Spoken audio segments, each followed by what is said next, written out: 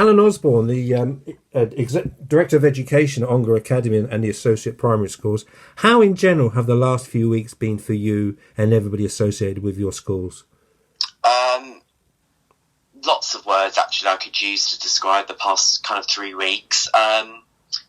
It's been a myriad of feelings. So traumatic because having to deal with last minute decisions from the government and having to interpret that, respond with that, lead it, all in the space of 12 hours.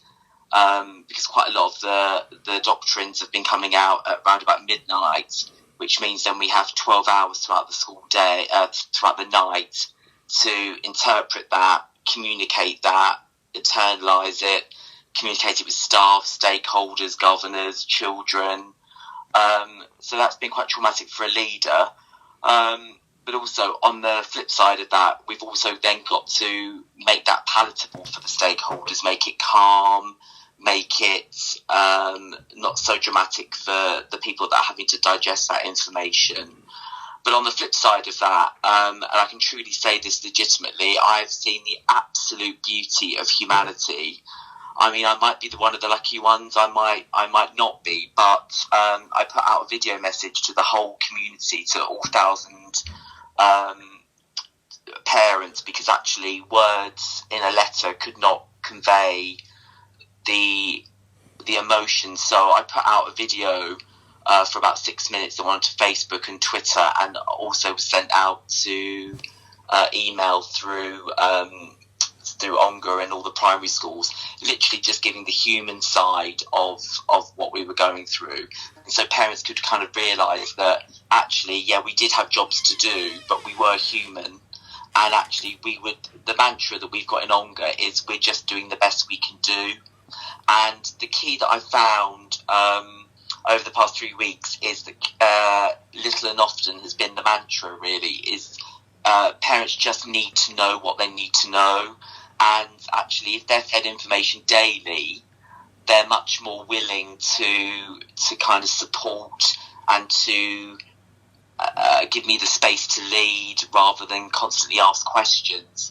So I found that the communication strategy has been little and often. So I communicate with the parents every single day, at least just for maybe 2 or 3 sentences, half a page, a positive quote. So if you go onto the Ongar Academy Facebook page or the Twitter, we're constantly communicating photos of students' work.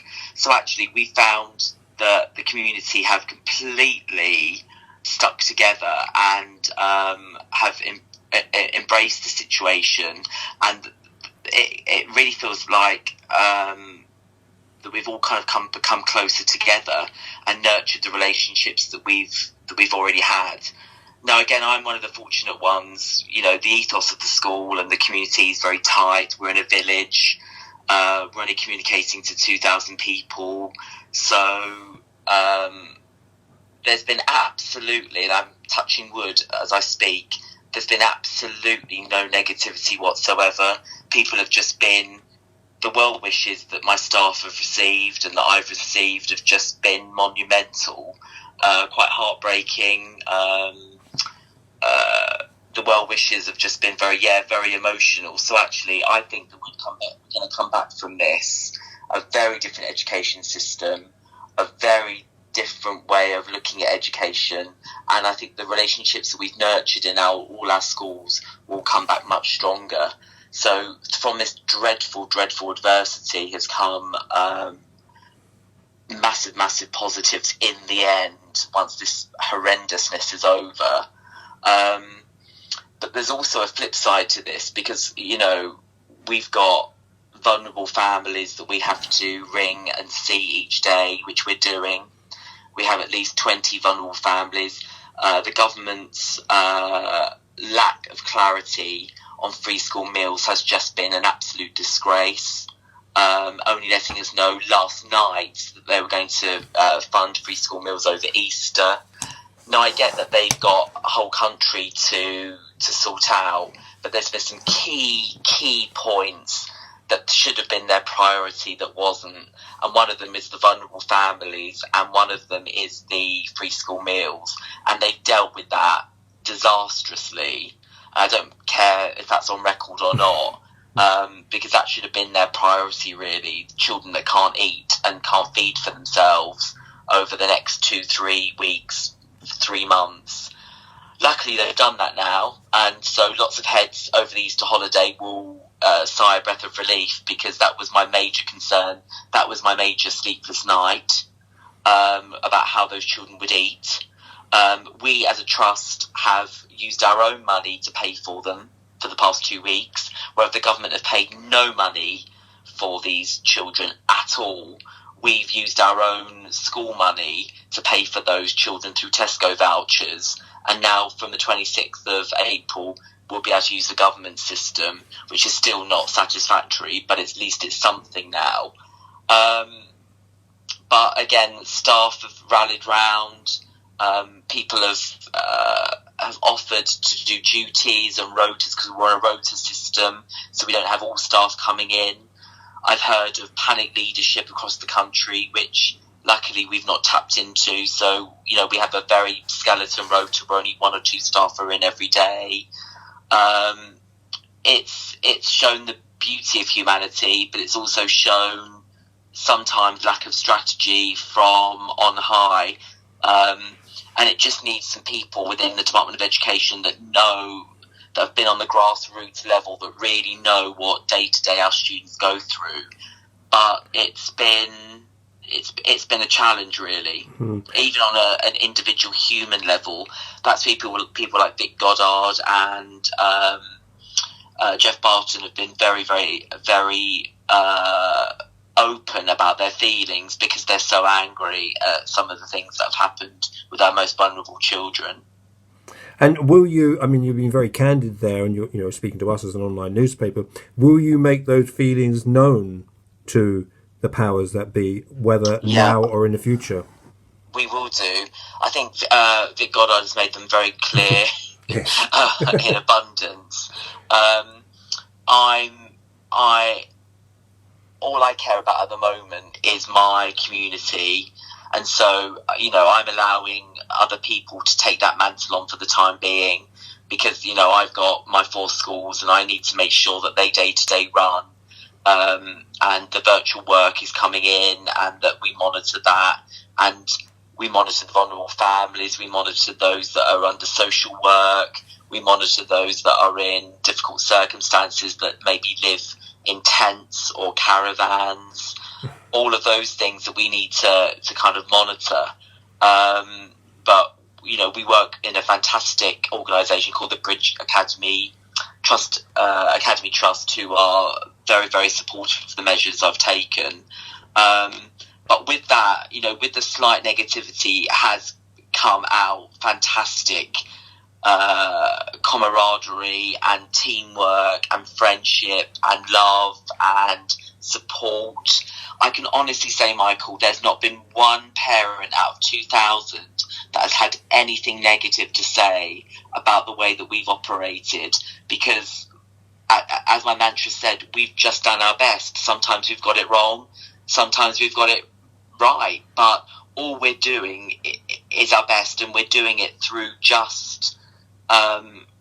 through the generosity of human spirit, just trying to do our best to do what's good for students and parents, really. And it will get tougher. But all I ask parents to do is keep their children inside. That's all I want them to do. We're not asking them to fight wars. We're not asking them to put their lives at risk. We're just asking them to stay indoors. And I know that will be tough for some parents. Maybe they'll realise how hard our job is. But we're asking them to do it for 2 or 3 months, and that's all we're asking them to do. And so parents have been very responsive and very, very positive about that. So, yeah. But finally, have you, I was about to say, you can't be head for 365 days a year, and a lot of people have got to, we talk about time manage themselves, whatever job you do. Have you, are you time managing yourself to make sure you'll get, no, all right. No. going to have to be looked at in the next maybe month. I think now we're in crisis point, and I think we're all, us heads are under acknowledgement that this won't last.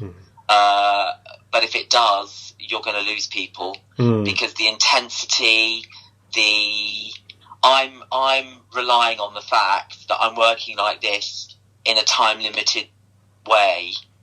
And so if I know that this will go on for years, then obviously this won't be sustainable. If I know I can do this for a month, it's sustainable. But, you know, working through the night, taking hours, responding to things. No, if everything was within my control, then that would be different. But we're getting mandates from governments at midnight before they're due out the day before. We're getting, you know, the off call about the GCSE exams came the day of the last day of term. And then we've got to communicate with year 11 and their parents, and then the responses to that. It's just, that's what all heads up and down the country are really, really struggling with. So in your long-winded answer to that question, but at the moment, is the workload immense? Absolutely tremendous for everybody. Can it continue? No. And if it does, it will hemorrhage heads galore.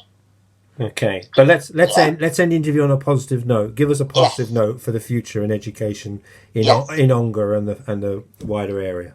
Well, so what it's taught me is that, again, the generosity of human spirit. It also, I think, this will change the whole nature of education for the positive. I think it will show that students are much more resilient than we give them credit for.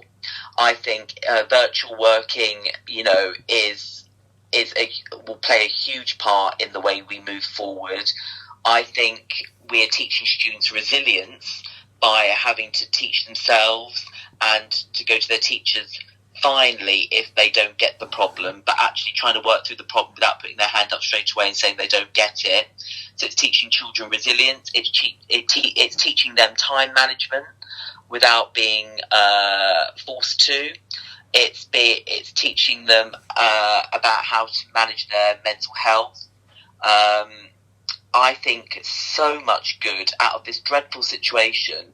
I think so much good has come from it. And I also think the way the staff have operated has given me faith in humanity, and you know, the amount of volunteers, the amount of people doing extra work, the amount of people just wanting to help the national effort is just tremendous. And it really, really shows the country how vital the education system is, and how it should be rewarded and celebrated and given the spotlight that it deserves. Because, you know, with the NHS and all key workers and the van drivers and the people that work in Tesco's and the people that work in education, we all do a damn good job.